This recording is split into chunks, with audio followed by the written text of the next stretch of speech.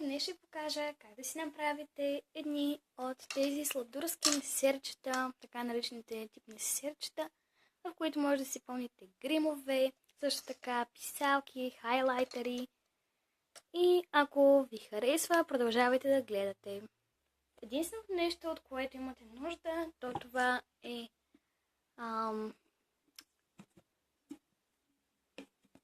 така наречената кутийка на поричките Каприз. Аз използвам най-големия вариант в момента. Също така ще ви трябва и хартиен лист, голям колкото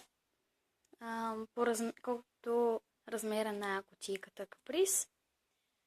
Също така ще ви трябват перманентен маркер, за да нарисуваме картинка върху листа. Това е всъщност по ваше желание, но аз предпочитам да си нарисувам нещо. Също така ще ви трябват хайлайтери от тези. Моите са на акцент. Разбира се, може да ползвате и други хайлайтери. Също така ще ви е необходима и една ножичка, с която да намерите с която да отрежете от листчето съответната форма, която взема кутийката. Да започнем по същество. Може би видяхте, че ето тук има едно парче хартия. Всъщност от другата част от хартията не ми достигна съвсем малко и аз залепих едно парче тук, защото просто не ми достигна. Следващата стъпка е просто да залепите хартията, която сте подготвили. Аз предварително съм сложила ето тук тиксо. Мисля, че знаете как да си го подготвяте. Взимате едно парче, примерно ето това, си го харесвате и си кръцвате едно такова парченце и правите следното. Ето това крайче съединявате с ето това и се получава като двойно залепващо, това нареченото double side tape. Аз предварително съм ги подготвила. И просто трябва да го залепите за самата кутийка. Следващото нещо, това е да си изберете картинка или нещо, което ви радва и да го нарисувате върху самата хартия. С тази цел аз ще използвам перманентен маркер, с който да нарисувам едно много весело личице. Също така ще има изразителни очи с много издължени мигли, тъй като аз вътре ще сложа грим. Ето тук може да разберете как съм направила всъщност моята картинка, която съм лепнала за кутийката. Ето тя как изглежда. Сега ще ви го начертая, за да го видите всъщност нагледно. Така, първото, което направих е ето тук да нарисувам едно оченце по ето този начин. След това хванах ето това крайче и направих една завранколка, ето тук така. След това сложих още няколко миглички ето тук.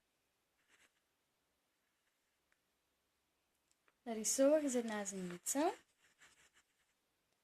Ето тук направих едно кръгче. И всъщност така се получи дясното око. След това направих по същия начин и лявото. Ето така ми се получиха двете очи. След това направих едно сладурско мусле, а именно нещо от сорта на това. След което направих малко лунички.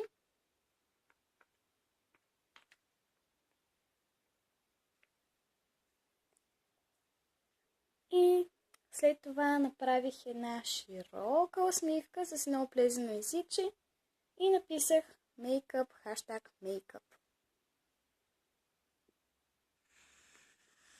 Просто правите една усмивка, едно езиче, теглите една черта и написах хаштаг makeup, с което просто го подчертах. Ето така се получи моето личице, след което го отцветих и изглежда така. Та мисля, че видяхте как го бях нарисувала. След това просто цветих, направих вежди и се получи едно много сладурско личице, с което напълних с гримове. Та сега мисля да ви покажа точно с кои гримове го напълних. Така, първото нещо, това е на Avon CC бронзант, бронзираща пудра. Някъде вдясно, мисля, че ще се покаже. Това тук е бронзанта, с който аз се гримирам. Това всъщност са перлички, които се нанасят с една пухкава четка. Ще ви покажа малко по-късно за нея. Просто я пъхам право навътре и продължавам с едно от най-често използваните от мен неща, а именно пудрата. Моята мисля, че на Clear Face. Clear Face се казва, да, сега ще проверим. Да, точно така, на Clear Face е. Тук ще я пъхнах право в кутията и продължавам с втория най-често използван продукт от мен. Той е на Avon и е на Color Trend, а именно говоря за коректор. Някъде в близост до кутийката ще го видите. Аз съм много доволна от него и много ви го препоръчвам. Мисля, че съм го купила от DM или от Лили Дрогерия, след което право в кутията. Следващия продукт, това е едно червило от Виена. Знам, че е на Natural Cosmetic, Aloe Verde и ето как изглежда. Приятно розово, просто нямам думи, уникален цвят. Само има една забележка към него, а именно, че на хората, които имат тен или са с по-тъмна кожа, просто им стои твърде ярко върху устните.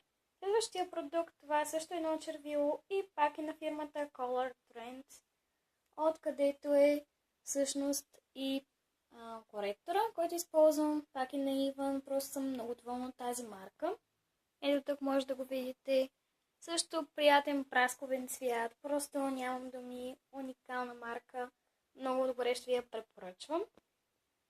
След като и той е вътре, идва ред на едно от най-добрите за мен подхранващо устните балсамче на Avon Naturals отново.